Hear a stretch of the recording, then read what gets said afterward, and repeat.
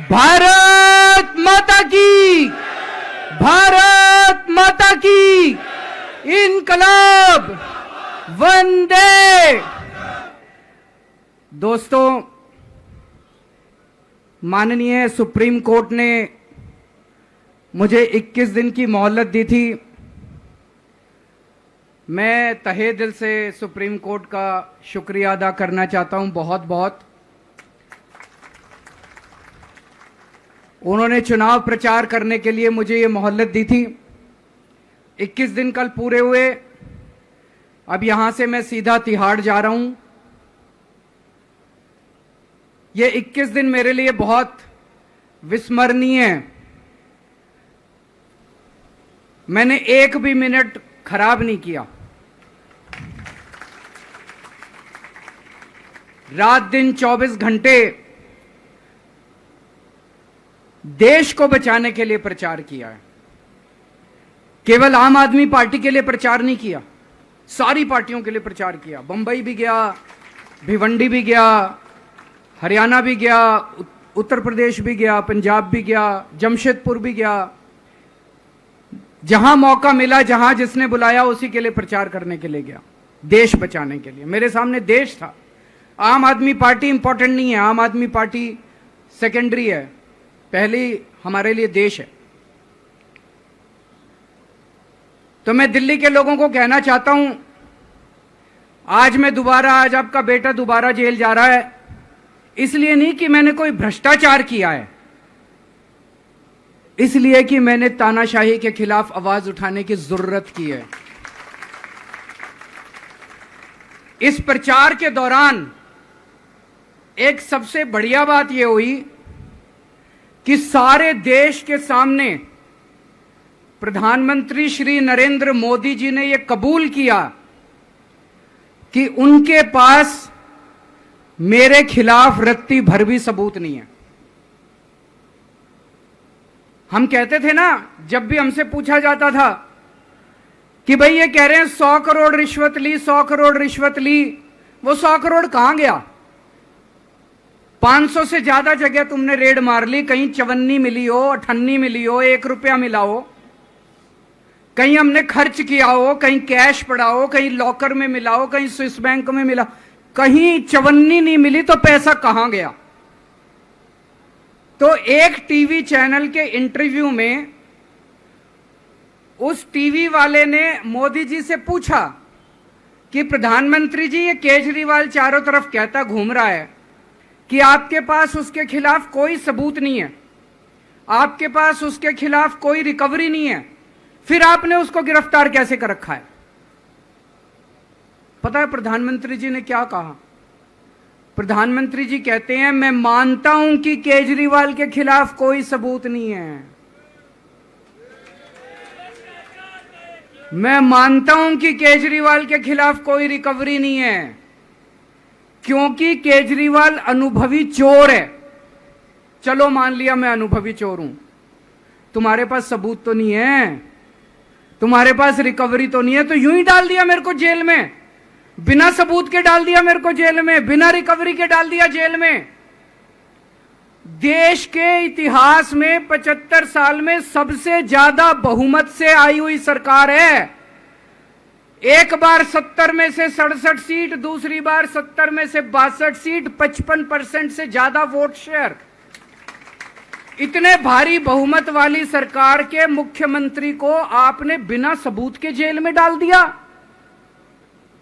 यही तो तानाशाही है कि जिसका मन करेगा मैं उसी को जेल में डाल दूंगा, जिसका मन करेगा उसी को जेल में डाल दूंगा। और पूरे देश को मैसेज दे दिया कि अगर मैंने केजरीवाल को फर्जी केस में जेल में डाल दिया तो तुम्हारी तो औकात ही क्या है, किसी को भी पकड़ के जेल में डाल दूंगा।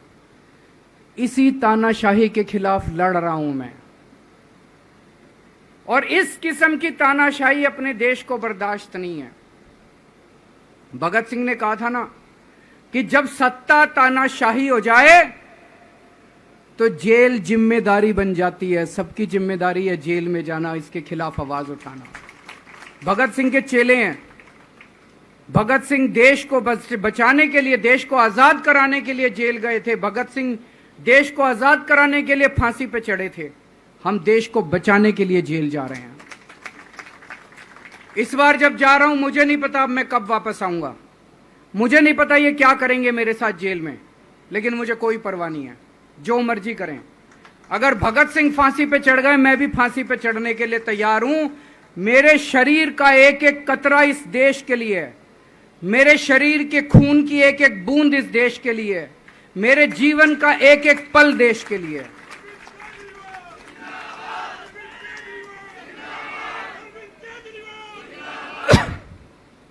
अभी मैं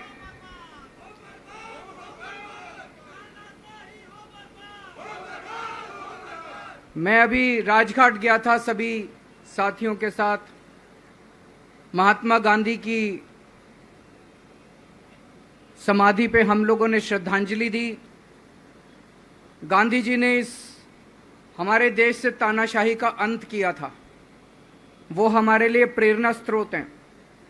उसके बाद हम कनॉट प्लेस गए, हनुमान मंदिर, वहाँ पे हमने हनुमान जी के मंदिर में जाके हनुमान जी का आशीर्वाद लिया। 4 तारीख को भी मंगलवार है, भली करेंगे बजरंग बली, करेंगे कि नहीं करेंगे? बोल बजरंग बली की।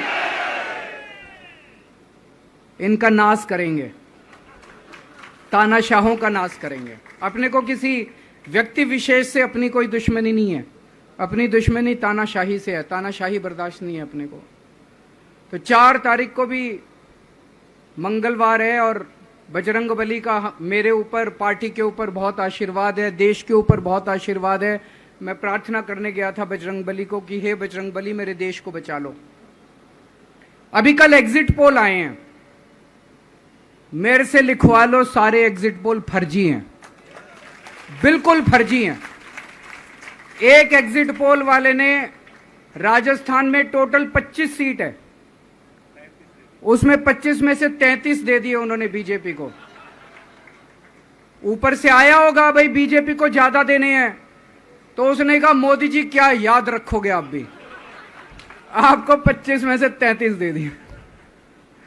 तो पूरा का पूरा फर्जी है, पूरा एग्जिट पोल फर्जी है। लेकिन असली मुद्दा ये है, इनको गिनती से 3 दिन पहले फर्जी एग्जिट पोल कराने की क्या जरूरत थी, ये समझने वाली बात है।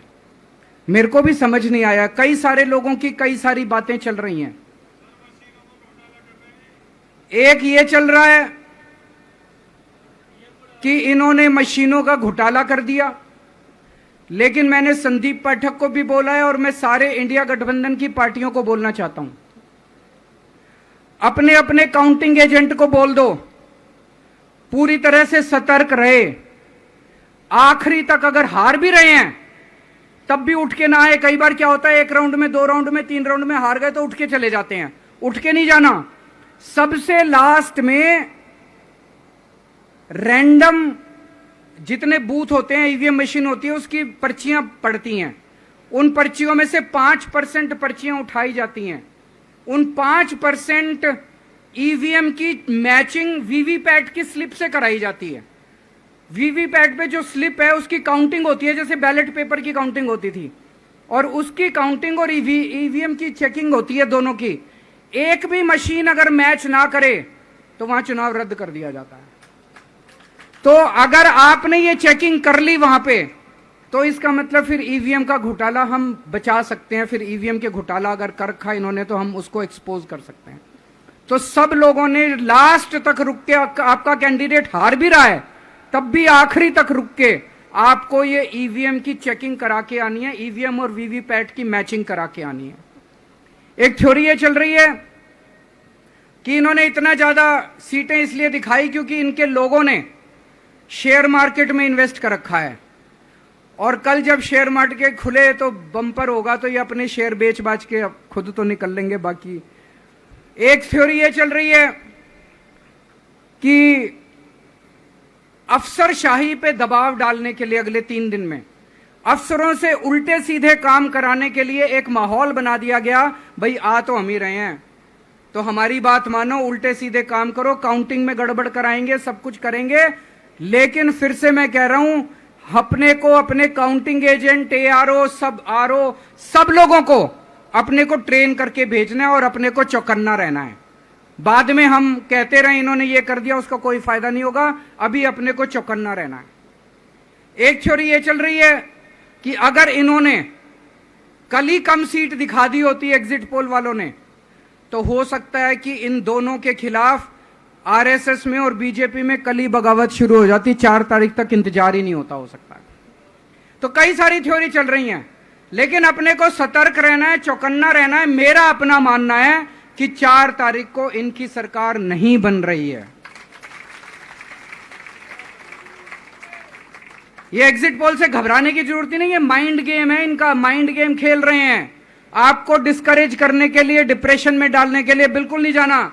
आप उससे जाओ कि आप जीत रहे हो, आप अपने उस कॉन्फिडेंस से जाओ कि आप जीत रहे हो, और आखिरी तक आपको बैठे रहना है, किसी भी हालत में बैठे रहना है आपको। हमें हर एक को लड़ना पड़ेगा।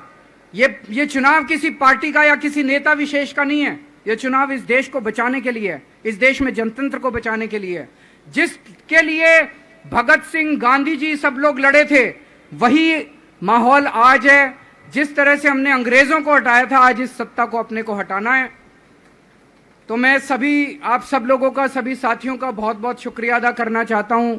बहुत साथ मिला आप लोगों का इन 21 दिनों में। अब जब भी मैं लौट के आऊंगा फिर मिलेंगे आप लोगों से।